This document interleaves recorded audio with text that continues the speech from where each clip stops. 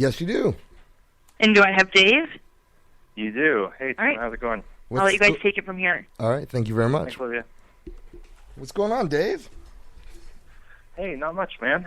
A rare day at home, so that's nice. Awesome. And you're working, huh? Yeah. What? What's that? Oh yeah, and I'm working. Yeah. Well, interviewing isn't that hard. It's not that much work, really. Where are you at right now?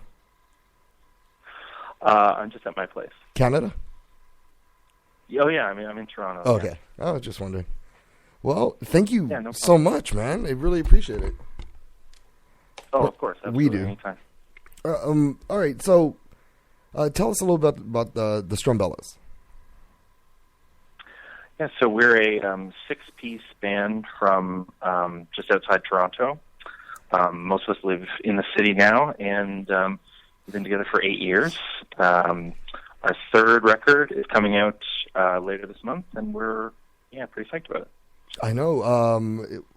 I just said it. Dove? Is that what it's called? It's called Hope. Hope. Okay. Yeah. So you guys have been working on this for a while, right? Yeah, we started the record early last year, and we sort of recorded it in a few different sessions over the summer. We've been kind of waiting for the right time to put it out, and feels good now. So, yeah, excited to have it come out finally. Yeah. How I heard of you guys is Sirius XM Alt Nation, and you guys killed it on there. And even like, no matter who I have in the car that's listening to it, they who's that? Who's singing that? And I always say, "Oh, Strumbellas." And listen, I didn't even think there was a chance in hell that you guys would be interested in doing the show. So I was like, yeah, maybe. And then just out of chance, we just like, screw it. Like, these guys, there's something special, and it's better to get them now before the future looks bright for you guys. How did that whole thing go down with, you guys getting on Alt Nation?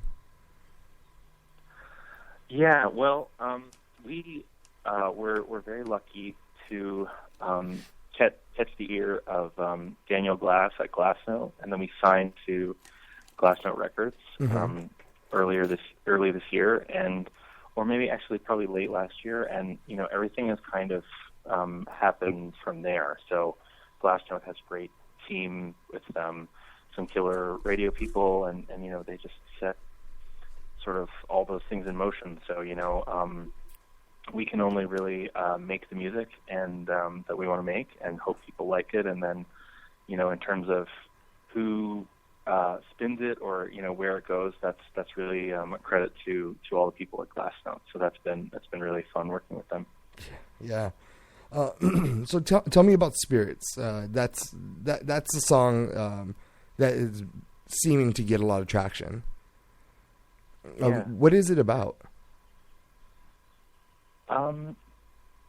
It's about a lot of things. It's one of the things that's been happening is people have been writing in the YouTube comments or on our Facebook page, talking about what it means to them. And in some ways, like that's kind of where I'm at. Like I have, I'm only sort of one of 6 people. If you asked any one of us what it means, we might have a bit of a different take on it. Simon wrote the lyrics.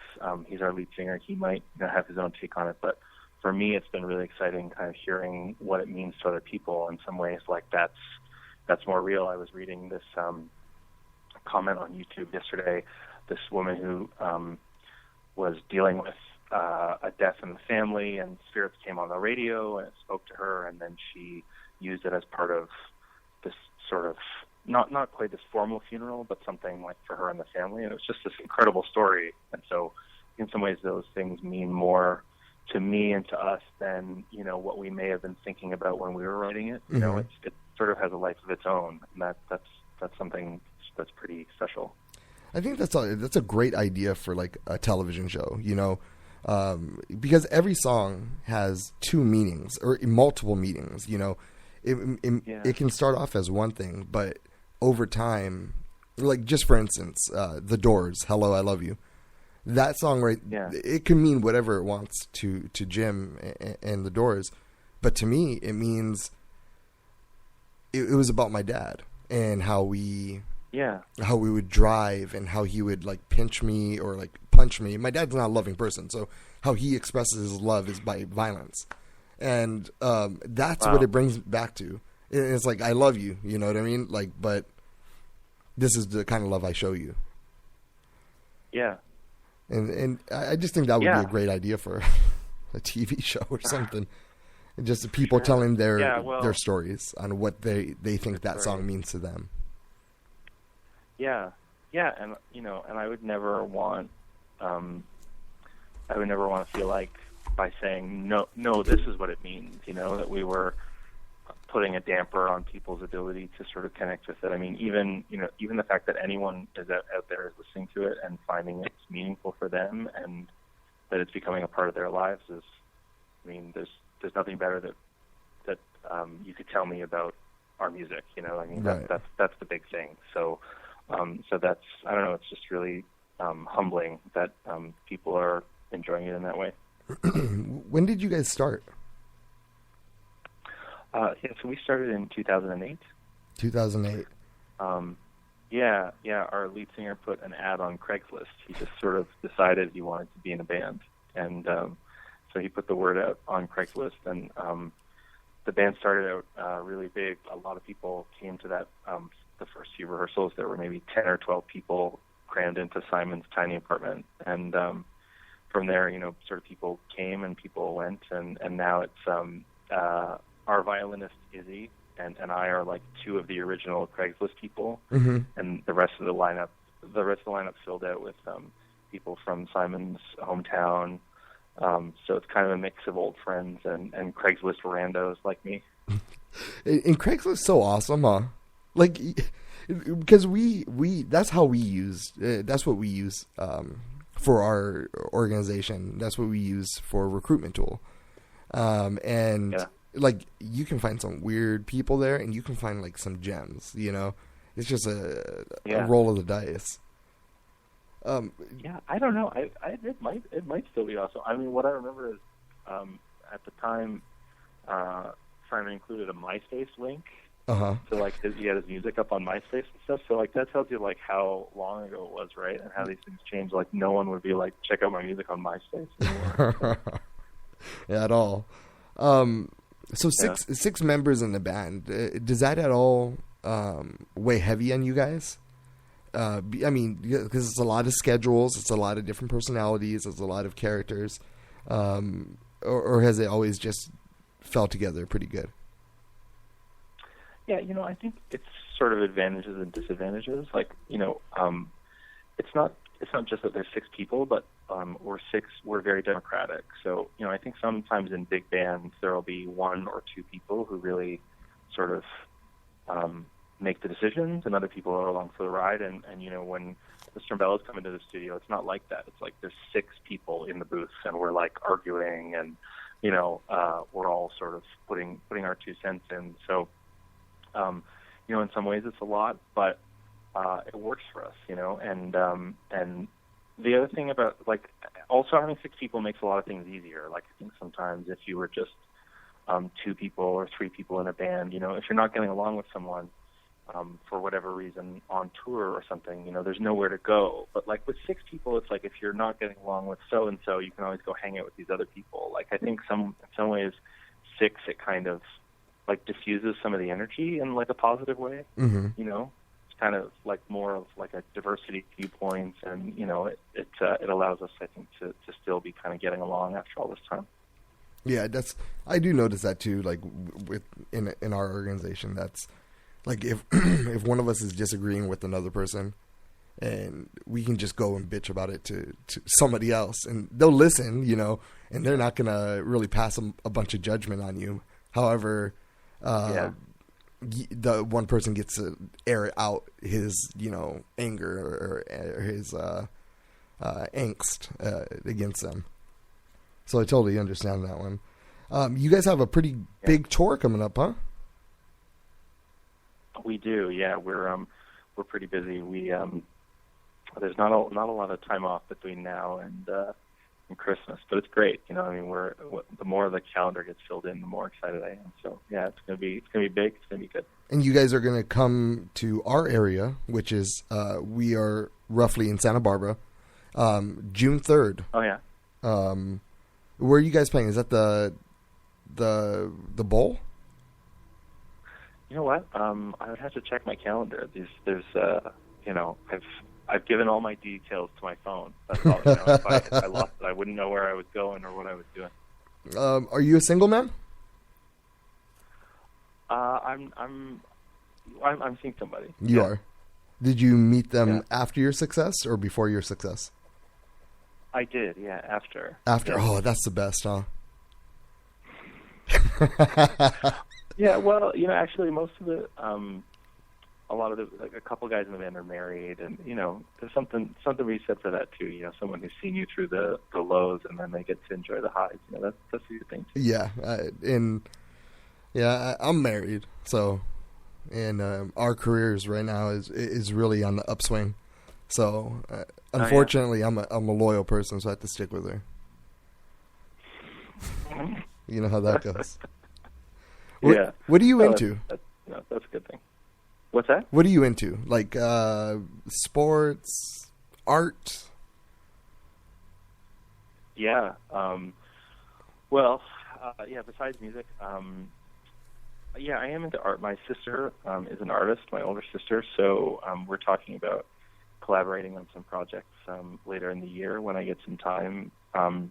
But also, this is kind of random for a Canadian. I am actually a big NFL fan. Oh, yes. So, so when the season starts, I'm kind of like trying to, you know, if I'm not on the road, I'm trying to find time to watch the Pats game. What? Time I can. You said Patriots? Yeah, I know. They're like the most hated team in the world. That's my team. Listen, I'm a Buffalo Bill fan. And there's probably only one Bills fan in California besides me. And I have a disdain for them. I hate those guys. Of course. They've been whooping our ass for like 10 years. I can't handle it no more. I know. It's probably even more than 10 years, since probably 16 years. Yeah. I used to like the Bills when I was a kid, you know, because they're the closest team to Toronto. Yeah. So I used to follow them back in the Jim Kelly days, but I don't know, I kind of switched in college, so. We would have had something in common a few years ago. No, as soon as I read you're from Canada, I was like, yes, there's a chance that this guy's a Bills fan if he's not super uber into hockey. Yeah, well, most of the band's into hockey, and then Izzy is from Wisconsin, so she's a Packers fan. How far is Toronto from Wisconsin? It's not close, because you have to sort of drive around the lake. Yeah. But you know, I think you know, Wisconsin probably has more in common with Canada than a lot of parts of the states. Mm. Michigan, Wisconsin. You know, does she have to get a working visa to work with you guys over there? But she had it anyway because she went to school here, so she's like practically a Canadian. Okay. When you guys see, like, and just because you're from Canada, and I know it's really having anything to do with music, but when you see like buffoons like Trump and Ted Cruz trying to be the leader of America, I mean, do you guys like laugh at us? Like these guys? Well, we're fortunate in our choice of prime minister right now. It's you know, we're early days, but Prime Minister Trudeau is he's a pretty, you know, young, energetic guy. We're excited about that. But you know, we in Toronto, we had Rob Ford, right? Mm-hmm. Our sort of, you know, buffoonish, drug addicted mayor. So you know, we can't really. You know, those who live in glass houses shouldn't throw stones, right? We can't really point fingers at anybody. Yeah. I just thought it was pretty silly. Are you into wrestling? No. No, not particularly. Okay. Yeah, I'm a pretty huge WWE guy, and I just thought, you know, you guys love your wrestling out there, so maybe I hit on one of them. Yeah. No, I don't think anyone in the band is.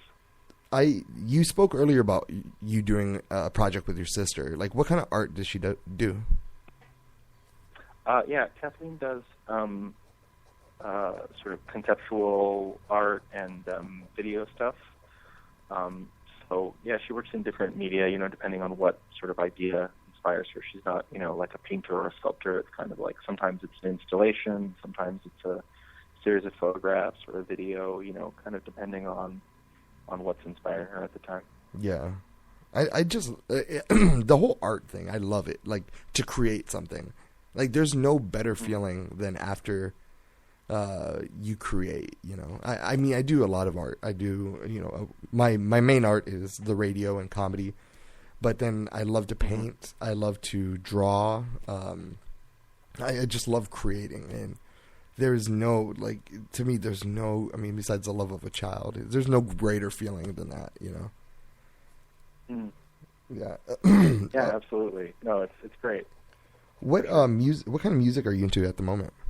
And what kind of artists would you suggest to the listeners? Yeah, there's a Canadian artist I've been really enjoying lately named Ken Lum. He's from Vancouver. He does a lot of photo conceptual stuff, and it's really funny and sad and poignant. And if they're interested in all in art and they haven't heard of Ken Lum, they're in for a treat. Music-wise, I listen to a lot of old stuff. So if you hear moments on our records that sound like the Beach Boys or sound like Otis Redding or something, I probably had something to do with that. But in terms of contemporary music, I'm listening a lot to this band from Philadelphia called Hop Along. I really think their record is Hop Along, like HOP, and then along. And I think their record is the first pure rock record that I've really liked in a long time. Like crunchy, distorted guitars and stuff. It's really, it really sort of has me playing a lot of air guitar in my apartment. There's a band out here in our area who is very similar to that. They're called Chief Free and Ayahuascas, and it's they play a lot of rock, and it's a lot of psychedelic rock. But it's so pure, and his voice is really rugged. It's a real throwback to early '90s rock and grunge that take over. So if you're interested, sharing music, you can look them up. Cool. They're pretty good. What's the name again? Chief Free and the Ayahuascas. Chief Free and the Ayahuascas. Cool. Yeah, I'll check that out. Yeah, cool. Who are you mostly inspired by in your music sense? If there's one person who just set it off for you, I want to be like this guy. Yeah, I mean, I have a pretty clear. I think about Brian Wilson of the Beach Boys a lot. Yeah. I mean, there's just something about the way that guy saw melody and harmony that is incredible. And there's there are things in those songs, ways the chords fit together, ways the sort of different harmony parts interact with each other that are so much more complicated than your average pop song or than our song, or than songs on the radio. I mean, there's just something that, 50 years later remains amazing about all those records. So I think about him a lot. I listen to those guys a lot. And yeah, he's Brian Wilson really is my guy. What is your end goal? When all is said and done, let's say 20 years in the future, and what do you hope you guys or you personally accomplish? Yeah,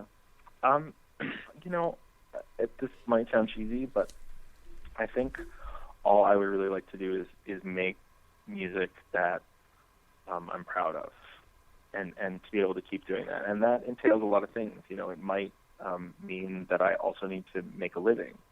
It might mean that our band needs to be on a label because that will provide the resources for us to make the kind of music that we want. that's a complicated thing, and it entails a lot of different things. But I think the main goal is if we can keep making music that we're proud of and that speaks to people, I think that's, there's really not much more I can ask for. Who would you want? I truly believe in you guys. So, like, if there is anyone who can make it, it is definitely you guys. And I'm not just doing that because you guys did us solid and you guys are coming on, and I really do. And I'm just shocked that we're able to even talk to you. So soon in the future, you're going to be the way I see it. If I'm picturing the world, in the next 2 years, you guys should be on top. And when you're on top, you're gonna be able to pick, like, I want to meet this person, like, of a celebrity, besides Tom Brady, because I'm not trying to hear that shit on this radio show. Okay, who do you want to meet? That's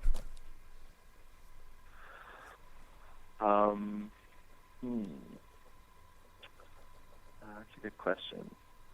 I think I think probably Drake would be pretty high on my list. We're both from Toronto, both Raptors fans. I think both trying to represent this great Canadian city. I think if I could have a beer with Drake, that'd be fun. Not the worst time in the world. Yeah. What do you play on your phone? Like when you guys are waiting to go on stage or just traveling? Do you have any games you play specifically? Yeah, actually, the band all plays this game called Two Dots. Two Dots?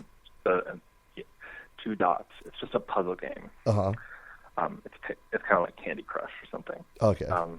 And we play it obsessively. I think Izzy told me she just got to level 600 or something crazy like that. What's the end goal to that game? That's what I want to know. If it goes up to past level 30, in my eyes, it's just too much work for me. Yeah, I think the end goal is to just waste time. I think that's all. Mission accomplished, huh? Yeah. Yeah. All right. So you guys have your album coming out. You guys will be in Santa Barbara June 3rd. If it is at the Santa Barbara Bowl, we work hand in hand with them. So hopefully I'll be able to be there and meet you guys, or you personally, because I know you. Perfect. And maybe shake your hand. Yeah. And absolutely. It'll be a great time. Yeah. Do you guys plan on going on tour with any specific act? We do. Yeah, we. I don't know. We're all of us are such sort of fans of different bands, and we have a few things lined up. I don't know if there's anything that I can that's announced yet. Disclose. So yeah. Probably can't say it. But there's stuff happening that we're all excited about. So that's great too. Okay. Well, we're gonna stay tuned for that one. We're looking very forward to it. We really appreciate it. Thank you so much. This was also this interview. We're gonna transcribe it into the May episode or edition of No Cover Magazine.